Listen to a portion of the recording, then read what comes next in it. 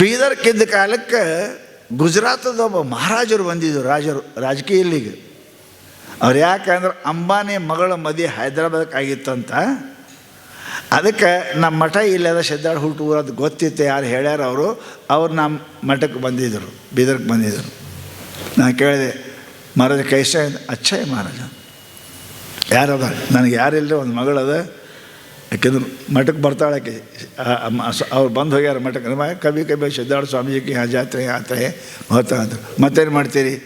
ಏನಿಲ್ಲರಿ ಅಪ್ಪ, ರಾಜಕೀಯ ಹೋಯ್ತು, ಎಲ್ಲ ಹೋಯ್ತು, ಈಗ ಹೀಗೆ ಇದ್ದೇವೆ, ಸಿದ್ದಾಡ್ ನೆನೆಸ್ಕೋತು ಅಂತ. ರಾಜರ ಮನೆತನದೊಳಗೆ ಸದ್ಗುರು ಸಿದ್ಧಾರೂಢ ಸ್ವಾಮಿಗಳು ಈಗನೂ, ಅವಾಗಲ್ಲ ನೆನಪಿಡ್ರಿ, ಅವಾಗಲ್ಲ ಈಗನೂ ನೂರಾರು ಕಥೆಗಳು ಅದು ದೃಷ್ಟಾಂತ ಅದಾವ. ಸಿದ್ಧಾರೂಢ ಈಗಲೂ ಕೂಡ ನೆನೆಸಿದವ್ರಿಗೆ ಬಂದು ಅವ್ರಿಗೆ ಸಹಾಯ ಮಾಡ್ತಾನೆ, ಅವ್ರಿಗೆ ಕೃಪಾ ಮಾಡ್ತಾನೆ. ಸಿದ್ಧಾರೂಢ ಸ್ವಾಮಿಗಳು ಅದಾರ. ಅವ್ರು ಹೇಳ್ತೀರಂತ ಕಲಿಯುಗದಾಗ ಮಹಾತ್ಮರು ಇನ್ನೂ 500 ವರ್ಷ ತನಕ ಬರ್ತಾರಪ್ಪ, ಆಮೇಲೆ ಕಠಿಣ ಅದ. ಕಲಿಯುಗ ಎಷ್ಟು ವರ್ಷ ಅದು ಗೊತ್ತದೇನೆ ನಿಮಗೆ? ಅದು 2-3 ಲಕ್ಷ ಮ್ಯಾಲದ. ನಾವು ಇನ್ನೂ ಈಗ ದಂಡೇಶ್ವರ ಓಂ ನಮಃ ಶಿವಾಯ ಕಾಲಿಟ್ಟಿದ್ದೀವಿ ಕಲಿಯುಗದಾಗ. ನೀವೇನಂತೀರ, ಎಂಥ ಕಲಿಯುಗ ಬಂತು ರೀ, ಹಿಂಗೆ ಇನ್ನೂ ಈಗ ಶ್ರೀ ಗಣೇಶಾಯ ನಮದ. ಮುಂದೆ ಏನಾಗೋದು ಆಗ್ತದೆ ನಿಮ್ಮದು ಫಜಿತಿ. ಈಗ ಸರಿ ಇನ್ನು ಅವಾಗ ಸಿದ್ಧಾರೂಢ ಅಂತೀರಿ ಅಂತ. ಕಲಿಯುಗದಾಗ 500 ವರ್ಷ ತನಕ ಮಹಾತ್ಮರು ಬರ್ತಾರಪ್ಪ, ಮುಂದೆ ಬರೋದು ಕಠಿಣದ, ಅವಾಗ ಭಾಳ ಏನು ಕಷ್ಟದ ಅಂತ ಸಿದ್ಧಾರೂಢ ಸ್ವಾಮಿಗಳು ಹೇಳ್ತಾರೆ ಅಂತ. ಮತ್ತು ಹೆಂಗೆ ರೀ ಅಪ್ಪ ಅಂತ ಕೇಳಿದ್ರೆ, ಯಾರು ಒಬ್ಬರು ಗುರುಗಳ ಪಾದ ಹಿಡಿತಾರೆ ಅವರೇ ಇಷ್ಟು ಸುಖಿಯಾಗಿರ್ತಾರೆ, ಉಳ್ಕಿದವರಿಗೆ ಯಾರು ಸುಖಿಯಾಗಿರ ಅಂತ ಸಿದ್ಧಾರೂಢ ಸ್ವತಃ ಹೇಳ್ತೀರಂತ. ಅದಕ್ಕೆ ಪುಣ್ಯಾತ್ಮರೇ, ಗುರುವಿಲ್ಲದೆಂತಪ್ಪ ಪುರುಷರಿಗೆ ಮುಕ್ತಿ ಸಮನಿಸದು. If a man does not attain the full awareness of God just now and here, great a tragedy indeed in his life. ಶಾಸ್ತ್ರ ಹೇಳ್ತದೆ, ಭಗವಂತನ ಜ್ಞಾನ ಇಲ್ಲದೆ, ಸ್ವತಃ ಜ್ಞಾನ ಇಲ್ಲದೆ ಏನು ಲಾಭದ? What is a man profited up? He gained the whole world and lose his own soul. ಇಡೀ ಜಗತ್ತನ್ನೇ ಗೆದ್ದರು, ನಿನ್ನನ್ನು ನೀನು ಮರೆತಿ ಅಂದ್ರೆ ಒಂದು ಪೈಸಾನೂ ಲಾಭ ಇಲ್ಲ ಅಲ್ಲ. ಎಲ್ಲ ಹೊಲ ಗಳಿಸಿರಿ, ಎಲ್ಲ ಗಳಿಸಿರಿ, ಮನೆ ಕಟ್ಟಿರಿ, ಮಾಡಿ ಕಟ್ಟಿರಿ, ಬ್ಯಾಂಕ್ನಾರು ಕಟ್ಟಿರಿ, ಗೌರ್ಮೆಂಟ್ ಯಾರದು ನಿನ್ನ ಹೆಸರು ಹೇಳಪ್ಪ ಅಂದ್ರೆ ಹೆಸರು ಗೊತ್ತಿಲ್ಲ ಅಂದ್ರೆ ಆಸ್ತಿ ಯಾಕಡೆ ಹೊಕ್ಕದ್ರಿ? ಏನು ಹೆಸರು ಹೇಳೋ? ನಾ ಗೊತ್ತಿಲ್ಲ ರೀ ಸಾಹೇಬ್ರ, ನಾ ಯಾರಿದ್ದೀನಿ, ರೊಕ್ಕ ಯಾಕಡೆ ಹೊಕ್ಕವ? ಗೌರ್ಮೆಂಟ್ ತಾವೆಲ್ಲ ಹಾಕವಿಲ್ಲ. ಹಂಗೆ ನೀ ಏನು ಗಳಿಸಿದ ಪ್ರಪಂಚ ಅವೆಲ್ಲ ನಾ ಯಾರು ಅನ್ನೋದು ಗೊತ್ತಿಲ್ಲ ಅಂದ್ರೆ ನಿನ್ನ ಪ್ರಾಪರ್ಟಿ ಎಲ್ಲ ಯಮನಿಗೆ, ಅವನ ಪ್ರಾಪರ್ಟಿ ಅದ, ನಿನ್ನ ಪ್ರಾಪರ್ಟಿ ಅಲ್ಲ. ಅದಕ್ಕೆ ಮಹಾತ್ಮನಂತಾರೆ, ಯು ಟ್ರೈ ಟು ನೋ ದೈ ಸೆಲ್ಫ್. ತನ್ನ ಮೊದಲು ಅರಿಯುವುದು ನಿಜಗುಂಡ್ರು, ತನ್ನ ಮೊದಲು ತಿಳ್ಕೋರಿ ಜ್ಞಾನ. ಅಂತಹ ಜ್ಞಾನ ಸಂಪ್ರದಾಯ ನಮ್ಮದು ಸಿದ್ಧಾರೂಢ ಸಂಪ್ರದಾಯ. ಏನು ಜ್ಞಾನ? ಸಿದ್ಧಾರೂಢ ಇಡೀ ತನ್ನ ಜೀವನದಲ್ಲಿ ಹೇಳೋದೇನು? ಜ್ಞಾನ. 4 ಹೊತ್ತು ಶಾಸ್ತ್ರ ಹೇಳ್ಯಾರ ಅವರು, 4 ಹೊತ್ತು ಶಾಸ್ತ್ರ ಹೇಳ್ಯಾರ. ಏನು ಹೇಳ್ಯಾರ? ಜ್ಞಾನನೇ, ತನ್ನ ಮೊದಲು ಅರಿಯುವುದು, ಅರಿವಿನಿಂದವೇ ಮುಕ್ತಿ, ಗುರುವಿನಿಂದವೇ ಅರಿವು ಪ್ರಾಪ್ತಿ ಆಗ್ತಾ ಅನ್ನತಕ್ಕಂಥ ಮಾತನ್ನು ಸದ್ಗುರು ಸಿದ್ಧಾರೂಢ ಸ್ವಾಮಿಗಳು, ಮೌನದಿಂದ ಗುರುನಾಥಾರೂಢ ಸ್ವಾಮಿಗಳು, ಮಾತನಾಡಿ ಶಿವಪುತ್ರ ಸ್ವಾಮಿಗಳು, ಬಹುಶಃ ಇಲ್ಲೆಲ್ಲ ಕುಂತಾರೆ ಶಿವಪುತ್ರ ಸ್ವಾಮಿಗಳ ಅನುಭವ ಇದ್ದವರು. ಅವ್ರ ಹಂತ್ಯಾಕ ಇರೋದು ಶಿಷ್ಯ ಆಗೋದು ಅಂದ್ರೆ ಭಾಳ ಕಠಿಣ. ಈಗಿನ ಭಕ್ತರೆಲ್ಲ ಬಂದ್ಯಪ್ಪ ಆರಾಮಿದೆಯಾ, ಊಟ ಮಾಡು ಅಂದ್ರೆ ಅಪ್ಪಳ ಚಲೋ ಅದಾರಂತ. ನಮ್ಮ ಶಿವಪುತ್ರಪ್ಪವರು ನೋಡೋರು ಯಾವ್ರದವರು ಧರೂರವರು, ಆಯಿತು ಬಾಯಿಲ್ಲ ಹೋಗಿಲ್ಲ, ಉಣ್ಣಿಲ್ಲ ತೆಗೆಯಿಲ್ಲ, ಸದಾ ತಮ್ಮ ವೃತ್ತಿಗಳಿರ್ತಕ್ಕಂಥ ಶಿವಪುತ್ರಪ್ಪಾಜವರು. ಏನಿಲ್ಲ ನೋಡ್ರಿ ನೀವು, ಅದು ಯಾವಾಗ ಕೊಂಡದ್ದು ನೋಡಿ ಸುಮ್ಕೊಂಡು ಅವ್ರಿಗೆ. ನಮಗೆ ಸುಮ್ಮಕೊಂಡ್ರೆ ಫಜಿತಿ, ಮಾತಾಡಿದ್ರೆ ಜೀವ ಸಮಾಧಾನ ಎಲ್ಲ ಮಂದಿಗೆ. ಅವ್ರಿಗೆ ಮಾತಾಡಂದ್ರೆ ವಜ್ಜಿ.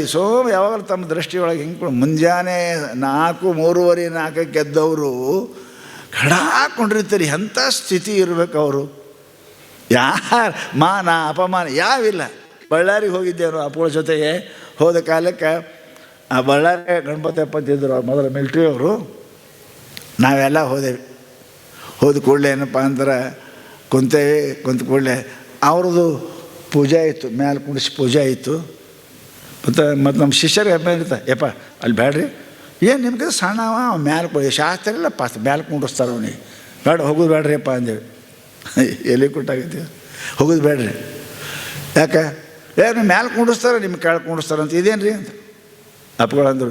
ಗಿಡದಾಗ ಕಾಯಿ ಕುಂಡಿರ್ತಾವೆ ದೊಡ್ಡ ಏನು ನಾವು ದೊಡ್ಡವ್ರ ಅಂದ್ರೆ ಅವರು ಗಿಡದ ಟೊಂಗಿ ಮೇಲೆ ಕಾಯಿ ಕುಂಡಿರ್ತಾವ ಅವು ದೊಡ್ಡವರ. ಮಹಾತ್ಮರು ನಿಮಗೆ ಏನು ಹೇಳ್ತಾರೆ? ಏನೂ ಮಾಡೋಂಗಿಲ್ಲ. ಏನು ಬಡವನಿಗೆ ಸಾವುಕಾರ ಮಾಡ್ತಾರೆ, MLA ಮಾಡ್ತಾರೆ. MLA ಮಾಡೋ ಸ್ವಾಮಿಗಳು ಅದಾರ ಭಾಳ ಮಂದಿ. ನಿಮಗೆ MLA ಮಾಡ್ತಾರೆ. ಏನಿಲ್ಲ, ನಿಮ್ಗೆ ಏನು ಮಾಡ್ತಾರೆ? ಬ್ರಹ್ಮ ಮಾಡ್ತಾರೆ, ನಿಮಗೆ ಅಮರ ಮಾಡ್ತಾರೆ. ಆ ಶಕ್ತಿ ಮಹಾನುಭಾವರಲ್ಲಿ ಅದ. ಯಾಕೆ ಅವರು ಏನು ಕೊಡಂಗಿಲ್ಲ. ವೃತ್ತಿಂ ಜ್ಞಾನಮಯಿ ಕೃತ್ವ ಪಶ್ಯೇತ್ ಬ್ರಹ್ಮಮಯಂ ಜಗತ್. ಮನುಷ್ಯನ ವೃತ್ತಿ ಬದಲು ಮಾಡ್ತಾರೆ. ಗುರುಗಳು ಏನೂ ಮಾಡೋಂಗಿಲ್ಲ. ಯಾವ ಪ್ರಪಂಚದ ವೃತ್ತಿ ಇತ್ತು, ದೇಹವೇ ನಾನು ಅನ್ನೋದಿತ್ತು, ನಾ ಹುಟ್ಟವ ಸಾಯವಂತಿತ್ತು, ಅದನ್ನು ತೆಗೆದು ಏನು ಮಾಡ್ತಾರೆ?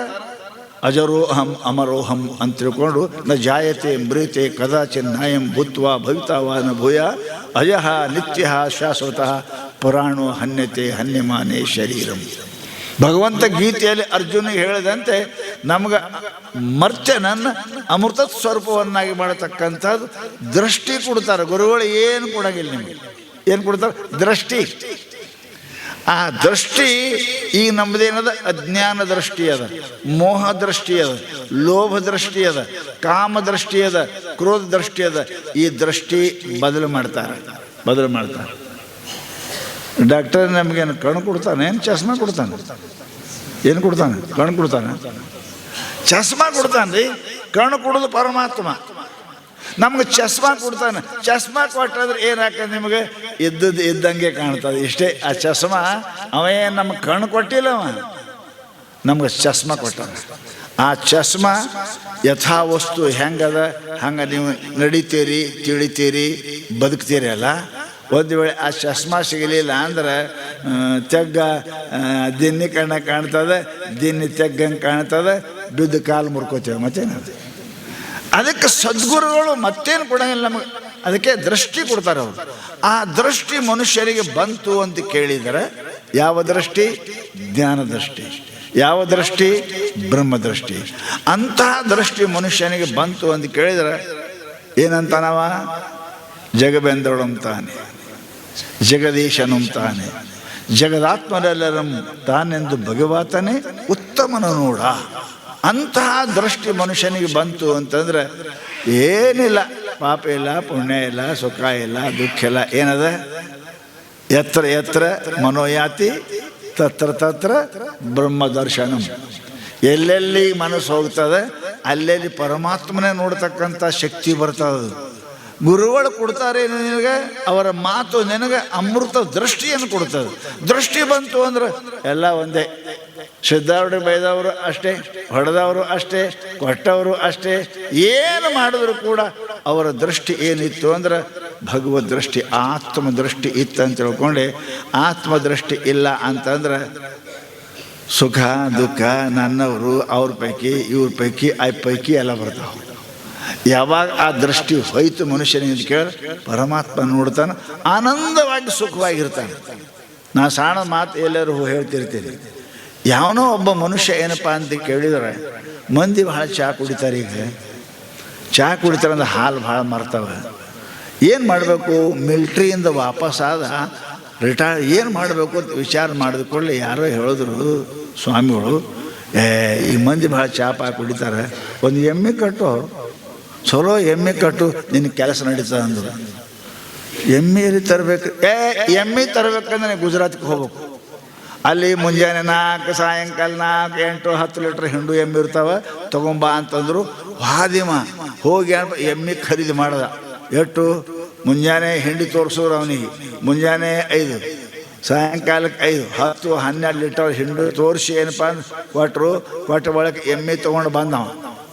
ಮನೆಗೆ ಬಂದು ಬಂದ ಕೂಡಲೇ ಹಾಲು ಸ್ವಾಮಿಗಳು ಹೇಳ್ದ, ಯಪ್ಪ ನಿಮಗೂ ಮುಂಜಾನೆ ಹಾಲು ಕಳಿಸ್ತೀನಿ, 1 ಪಾವು ಕಿಲೋ ಎಮ್ಮೆ ಚಲೋ ಹಿಂಡ್ತ ಹೇಳ್ದ. 1-2 ದಿನ ಅವ್ರಿಗೆ ಕೊಟ್ಟ. ಮುಂದೆ ಸ್ವಾಮಿಗಳಿಗೆ ಹಾಲೇ ಕೊಡುವಲ್ಲ.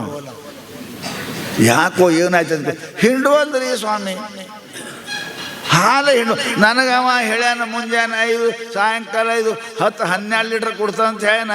ಈಗ ಮುಂಜಾನೆ 2 ಲೀಟ್ರಿಗೆ ಬಂದದ ಎಮ್ಮಿ. ನನಗೇ ಇಲ್ಲ, ನಿಮ್ಗೆಲ್ಲಿ ಕೊಡಲಿ ಅಂದ. ನಮಗೆ ಹೆಚ್ಚಾದ್ರೆ ನಿಮ್ಗೆ ಕೊಡೋದು, ನಮಗೆ ಕಮ್ಮಿ ಇದ್ದವು ನಿಮ್ಗೆಲ್ಲಿ ಕೊಡಲಿ ಅಂದ.